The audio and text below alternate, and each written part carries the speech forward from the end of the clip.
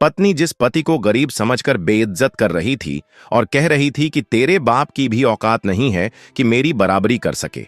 फिर उस पति ने ऐसा क्या किया कि एक ही झटके में खरीद डाली 500 करोड़ की कंपनी। फिर जो हुआ किसी ने कल्पना भी नहीं की थी। शादी के बाद रिया हर रोज अर्जुन को ताने देती, कभी कपड़ों पर, कभी जूतों पर, कभी उसके बोलने के ढंग पर। तुम मेरे स्टेटस के नहीं हो अर्जुन, तुमसे शादी करना मेरे लिए किसी सजा से कम नहीं। अगर पापा चाहते तो मुझे किसी बड़े घराने में ब्याह सकते थे, लेकिन उन्होंने मेरी किस्मत ही फोड़ दी। रिया की कड़वी बातें अर्जुन के कानों में तीर की तरह लगतीं, मगर वह चुप रहता, मानो उसके शब्द उसे छूते ही नहीं हो। एक बार रिया ने अपने कॉलेज की सहेलियों को घर बुलाया। आलीशान घर था, लेकिन फिर भी उसने अर्जुन को जानबूझकर नीचा दिखाने का मौका नहीं छोड़ा। सबके सामने बोली, देखो यही है मेरा पति, बस एक मामूली क्लर्क। सोचो मेरी किस्मत कितनी खराब रही कि मुझे ऐसे आदमी के साथ रहना पड़ रहा है। सहेलियां चुप हो गईं, लेकिन अर्जुन ने हल्की मुस्कान के साथ चाय सर्व की और बोला, आप लोग आराम से बैठिए, घर आपका ही है, अगर कुछ चाहिए हो तो बता दीजिएगा। रिया ने ताना कसते हुए कहा, यह भी कोई बात करने का तरीका है? तुम्हारे पास क्लास ही नहीं है। अगर मैं अपने दोस्तों के सामने शर्मिंदा होती हूं तो उसकी वजह सिर्फ तुम हो। अर्जुन ने बस धीमे स्वर में जवाब दिया, अगर तुम्हें शर्म आती है तो मैं कोशिश करूंगा कि सामने ही ना आऊं, ताकि तुम्हारा मूड खराब ना हो। उसकी इस विनम्रता पर रिया और भड़क गई। कितना बेवकूफ है तू, जरा भी तमीज नहीं है क्या?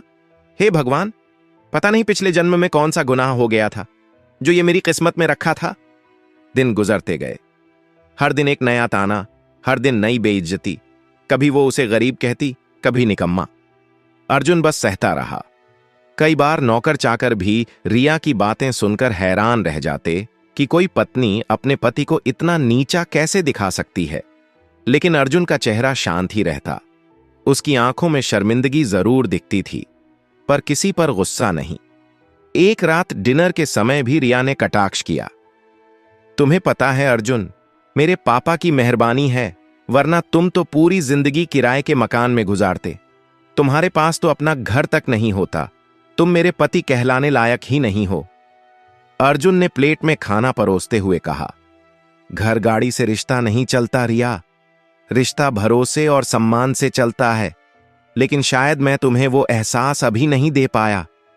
रिया हंसते हुए बोली, तुम और मुझे एहसास दोगे? तुम्हारी औकात मेरे सामने धूल बराबर भी नहीं है। जब भी मैं तुम्हें देखती हूं लगता है पापा ने मेरी जिंदगी से खेला है। उसकी बातें कमरे में गूंजती रहीं। अर्जुन शांत रहा, बस धीरे से बोला, शायद वक्त ही तुम्हें सच्चाई दिखाएगा।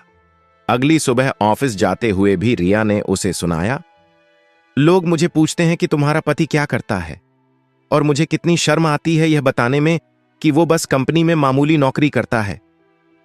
अर्जुन ने कार स्टार्ट करते हुए कहा, अगर कभी तुम्हें लगे कि तुम्हारी जिंदगी मेरी वजह से बोझ है तो तुम खुलकर कह सकती हो, मैं तुम्हें रोकूंगा नहीं। लेकिन बस एक गुजारिश है, कभी अपने पिता को दोष मत देना, उन्होंने वही किया जो सही था। रिया ने तुनक कर कहा, हां सही ये था कि उनकी बेटी का मजाक बन जाए। सब मुझे देखकर कहते हैं कि इतनी अमीर लड़की ने ऐसे साधारण लड़के से शादी क्यों की। मैं हर पल जलती हूं अर्जुन, और उसकी वजह सिर्फ तुम हो। अर्जुन ने कार रोककर उसकी ओर देखा और शांत आवाज में कहा, तुम्हारा गुस्सा सही है रिया, तुम जितना चाहो मुझे कोस लो, शायद एक दिन तुम्हें समझ आएगा कि मैं तुम्हारा दुश्मन नहीं हूं। रिया ने मुंह फेर लिया। उसकी आंखों में नफरत साफ झलक रही थी। पूरे रास्ते उसने अर्जुन से एक शब्द नहीं कहा। ऑफिस पहुंचकर भी वो सहेलियों से यही शिकायत करती रही कि उसकी जिंदगी कैसी बर्बाद हो गई है। कई बार उसके शब्द इतने तीखे होते कि सुनने वाले भी असहज हो जाते। अर्जुन सब जानता था, सब देखता था, लेकिन कभी पलटकर कुछ नहीं कहता। उसकी चुप्पी ही उसकी ताकत थी। वह हर रात अकेले बालकनी में बैठकर सितारों को देखता और धीरे से बुदबुदाता, बस थोड़ी देर और, सब सही वक्त पर सामने आएगा। धीरे धीरे यह रोज का सिलसिला बन गया। हर दिन रिया की बातें जहर की तरह गिरतीं और हर दिन अर्जुन उसे सहन करता। नौकरों के बीच भी फुसफुसाहट होने लगी थी कि साहब की बेटी अपने ही पति को कभी चैन से नहीं रहने देती। मगर अर्जुन ने कभी किसी के सामने शिकायत नहीं की। रिया को लगता था कि उसकी जिंदगी थम गई है। वो हर पल यह सोचती रहती कि काश उसने किसी बड़े घराने में शादी की होती तो उसकी जिंदगी ऐसो आराम से कटती।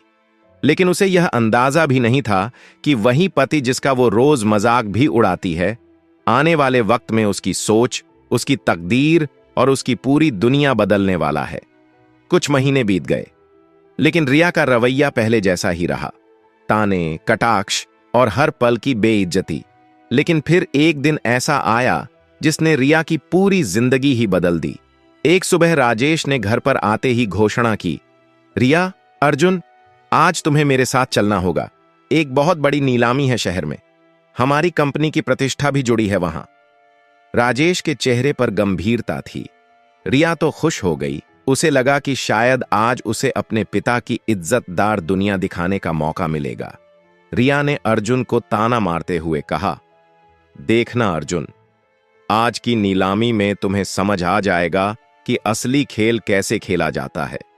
ये दुनिया करोड़ों में घूमती है। तुम्हारे जैसे लोगों की औकात यहां खड़े होने की भी नहीं। अर्जुन बस मुस्कुराया और बोला, औकात वक्त दिखाता है, इंसान नहीं। तीनों लोग नीलामी हॉल पहुंचे। हॉल चमचमाता हुआ था। चारों ओर बड़े उद्योगपति, बड़े घराने और मीडिया कैमरे। नीलामी मंच पर महंगे पर्दे, ऊंची ऊंची स्क्रीन और सुरक्षा के कड़े इंतजाम थे। राजेश और रिया आगे की सीटों पर बैठे। अर्जुन उनके पास ही साधारण सूट में बैठ गया। कार्यक्रम शुरू हुआ। एंकर ने घोषणा की, महानगर की सबसे बड़ी डील, एक बहुराष्ट्रीय कंपनी का अधिग्रहण। शुरुआती बोली 10 करोड़। हॉल में हलचल मच गई। किसी ने बोली लगाई 15 करोड़, दूसरे ने कहा 20 करोड़। आवाजें तेज होती गईं। रिया उत्सुकता से सब देख रही थी। वह अर्जुन की ओर झुककर बोली, समझे, यहां पैसे की ताकत बोलती है। ये वो दुनिया है जहां तुम कभी कदम भी नहीं रख सकते।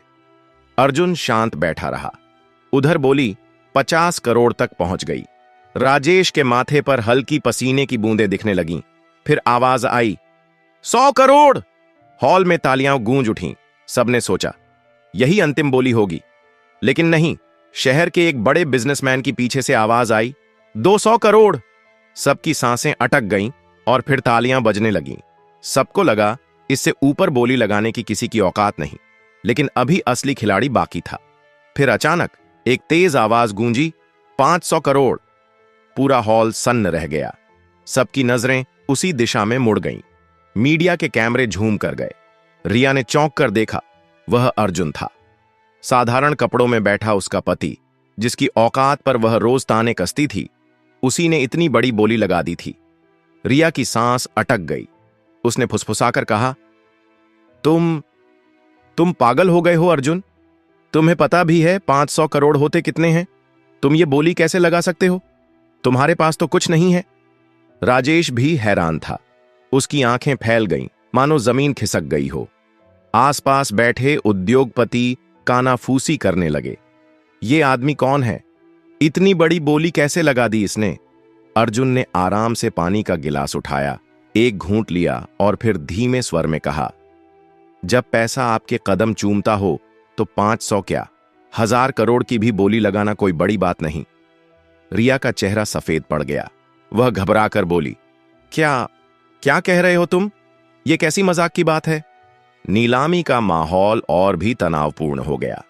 एंकर बार बार पुष्टि कर रहा था कि बोली सही है। बाकी बड़े घरानों ने पीछे हटना शुरू कर दिया, क्योंकि 500 करोड़ की बोली किसी के लिए आसान नहीं थी। रिया की धड़कनें तेज हो रही थीं। वह सोच भी नहीं पा रही थी कि उसका पति, जिसे वह हर दिन नीचा दिखाती थी, अचानक करोड़ों की बोली कैसे लगा सकता है। उसकी आंखों के सामने सवालों का तूफान उमड़ रहा था। राजेश का सिर झुक गया था। वह जानता था कि अब सच्चाई छिप नहीं सकती। उसकी आंखों में अपराध बोध झलक रहा था। अर्जुन ने कुर्सी से उठते हुए गहरी सांस ली और कहा, अब वक्त आ गया है कि सबको असली सच पता चले। नीलामी हॉल में सन्नाटा पसरा हुआ था। सबकी नजरें अर्जुन पर टिकी थीं। कैमरों की फ्लैश लगातार चमक रही थी। एंकर भी हकबका गया था। उसे समझ नहीं आ रहा था कि इतनी बड़ी बोली लगाने वाला आदमी आखिर है कौन।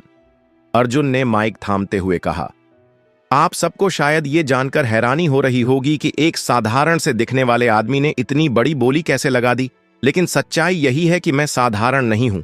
मैं इस कंपनी का असली मालिक हूं। हॉल में हलचल मच गई। लोग कुर्सियों से खड़े हो गए। कानाफूसी शुरू हो गई। क्या? ये कैसे हो सकता है? असली मालिक तो राजेश है। रिया का चेहरा पीला पड़ गया। उसकी आंखें चौड़ी हो गईं। वह धीरे से बुदबुदाई, नहीं, ये झूठ है। पापा कुछ बोलो, ये झूठ बोल रहा है। राजेश ने सिर झुका लिया। उसकी आंखों में शर्म और पछतावा साफ झलक रहा था। वह धीमी आवाज में बोला, रिया, ये सच है। अर्जुन वही है जिसके दम पर यह पूरी कंपनी खड़ी है। मैं सिर्फ नाम का मालिक था। रिया हिल गई। उसके पैर कांपने लगे। उसने पापा का हाथ पकड़कर कहा, लेकिन पापा, आपने मुझे कभी बताया क्यों नहीं? आपने ये सच छुपाया क्यों? राजेश ने आंखें बंद कर लीं और भारी स्वर में बोला, क्योंकि ये सब तुम्हारी समझ से बहुत दूर था। अर्जुन के पिता मेरे बचपन के दोस्त थे। हम दोनों ने मिलकर इस कंपनी की नींव रखी थी, लेकिन कर्ज के बोझ से दबे समय में उसने ही मेरी मदद की। उस दिन से लेकर आज तक कंपनी का असली मालिक उसका बेटा अर्जुन ही है। अर्जुन ने आगे बढ़कर कहा, मेरे पिता ने आपकी इज्जत बचाई थी राजेश अंकल, और मैंने वही वादा निभाया। मैंने कभी सामने आकर मालिक बनने की कोशिश नहीं की। मैं पर्दे के पीछे रहा ताकि सिस्टम को समझ सकूं। हर पॉलिसी, हर निर्णय मेरे हाथ से निकलता था, लेकिन साइन आपके नाम से होते थे। रिया की आंखों से आंसू निकल पड़े। उसका दिल बैठ गया। जिस इंसान को उसने हर रोज अपमानित किया, वही उसकी जिंदगी का सबसे बड़ा सहारा निकला। वह अविश्वास से अर्जुन की ओर देख रही थी। लेकिन अर्जुन, वह हकलाते हुए बोली, तुमने ये सच मुझसे क्यों छुपाया? क्यों मुझे ये यकीन दिलाया कि तुम बस एक मामूली कर्मचारी हो? क्यों मेरी नजरों में खुद को इतना छोटा बनाया? अर्जुन ने गहरी सांस ली और कहा, क्योंकि ये शादी तुम्हारे पिता की गुजारिश पर हुई थी। उन्होंने मुझसे वादा लिया था कि जब तक तुम खुद मुझे पहचान न सको, मैं अपनी असली पहचान सामने नहीं लाऊंगा। मैंने तुम्हारा हर ताना सहा, तुम्हारी हर बेइज्जती बर्दाश्त की, क्योंकि ये मेरे पिता के दोस्त की बेटी थी और मैं उस दोस्ती का कर्ज चुकाना चाहता था। राजेश की आंखें भीग गईं। उसने भर्राए स्वर में कहा, अर्जुन बेटा, मैंने तुम्हारे साथ नाइंसाफी की है। मुझे आज मानना होगा कि तुमने सिर्फ कंपनी ही नहीं, मेरी इज्जत भी बचाई। रिया कांपते हुए पीछे हट गई। उसकी सारी अकड़, उसका सारा घमंड पल भर में मिट गया था। उसे लग रहा था जैसे जमीन उसके पैरों तले से खिसक गई हो। हॉल में बैठे लोग अब तालियां बजाने लगे थे। सबको समझ आ गया था कि असली विजेता कौन है। मीडिया भी अर्जुन की तारीफ करने लगा। अर्जुन ने भीड़ की ओर देखा और कहा, मैंने कभी ये सब दिखावा करने के लिए नहीं किया। मैं बस चाहता था कि इस कंपनी के हर कर्मचारी को, हर मजदूर को वही इज्जत मिले जिसकी वे हकदार हैं, और मैं ये तभी कर सकता था जब मैं खुद उनकी तरह साधारण बनकर उनके बीच रहूं। रिया की आंखों में पश्चाताप तैर रहा था। उसकी जुबान से आवाज तक नहीं निकल रही थी। वह बस सोच रही थी, जिसे मैंने दिन रात अपमानित किया, वही असल में सबसे बड़ा है। राजेश ने बेटी की ओर देखा और बोला, रिया, अब तुम्हें समझ आया? इंसान की कद्र उसके कपड़ों या उसकी दिखावट से नहीं होती, बल्कि उसके कर्म और उसके दिल से होती है। अर्जुन वही है जिसे तुमने हमेशा छोटा समझा, और आज देखो, वही सबसे बड़ा निकला। रिया कांपते हुए कुर्सी से उठी। उसकी आंखों से आंसू रुकने का नाम ही नहीं ले रहे थे। वह धीरे धीरे अर्जुन के पास पहुंची। मीडिया के कैमरे अब उसी पर टिक गए। सबको लगा शायद कोई बड़ा हंगामा होगा, लेकिन रिया ने कांपते हाथों से अर्जुन का हाथ पकड़ लिया। उसकी आवाज भर्रा गई थी, अर्जुन, मुझे माफ कर दो।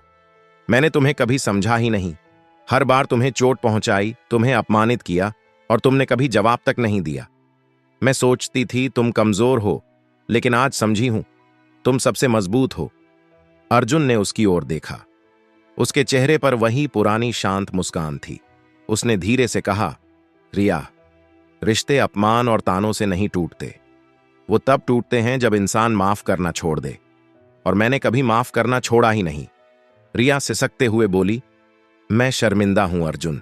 मैंने तुम्हें गरीब समझा, अयोग्य समझा, लेकिन असल में मैं ही गरीब थी। मेरे विचार गरीब थे। तुम तो हमेशा सबसे अमीर रहे, अपने दिल से, अपने कर्म से। राजेश भी आंसुओं में डूबा हुआ था। उसने बेटी के सिर पर हाथ रखा और कहा, बेटा, आज तुम्हें समझ आ गया है कि इज्जत इंसान के स्टेटस से नहीं, उसके कर्मों से मिलती है। अर्जुन जैसा इंसान पाना किसी किस्मत से कम नहीं। हॉल में बैठे लोग इस दृश्य को देख भावुक हो गए। कैमरों ने उस पल को कैद कर लिया। पूरा माहौल तालियों से गूंज उठा। रिया ने सबके सामने अर्जुन के पैरों पर झुककर कहा, तुम्हें पति कहने का हक मैंने खो दिया है अर्जुन, लेकिन अगर तुम चाहो तो मैं नई शुरुआत करना चाहती हूं। इस बार बराबरी से, बिना अहंकार के, सिर्फ इज्जत और प्यार के साथ। अर्जुन ने तुरंत उसे उठाया और कहा, झुकना तुम्हें शोभा नहीं देता रिया। मैं तुम्हें अपने बराबर मानकर ही चला हूं और हमेशा मानूंगा। आज अगर तुम्हें सच्चाई समझ आ गई है तो मेरे लिए यही सबसे बड़ी जीत है। रिया ने आंसुओं के बीच हल्की मुस्कान दी। उसका अहंकार पूरी तरह टूट चुका था। उसने पहली बार दिल से महसूस किया कि अर्जुन जैसा इंसान ही उसकी असली ताकत है। राजेश ने गहरी सांस ली और कहा, अर्जुन बेटा, तुमने न सिर्फ कंपनी संभाली, बल्कि मेरी बेटी को भी संभाल लिया। आज मुझे यकीन है कि मैंने गलत नहीं किया था। अर्जुन ने गंभीर स्वर में कहा, राजेश अंकल, ये सब आपके भरोसे और मेरे पिता के वादे की वजह से संभव हुआ, और मैं वादा करता हूं कि ये कंपनी और ये रिश्ता दोनों हमेशा सम्मान और ईमानदारी पर टिके रहेंगे। हॉल तालियों से गूंज उठा। मीडिया ने इस कहानी को अगले दिन की सबसे बड़ी खबर बना दिया। साधारण पति निकला करोड़ों का मालिक।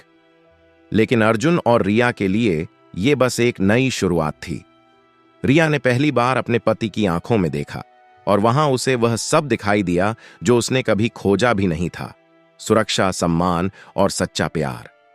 उस दिन रिया का अहंकार टूटा और उसकी जगह आई कृतज्ञता। अर्जुन ने बिना कुछ कहे उसके आंसुओं को पोंछा और मुस्कुराकर कहा, चलो रिया, अब घर चलते हैं। असली जिंदगी वहीं से शुरू होती है।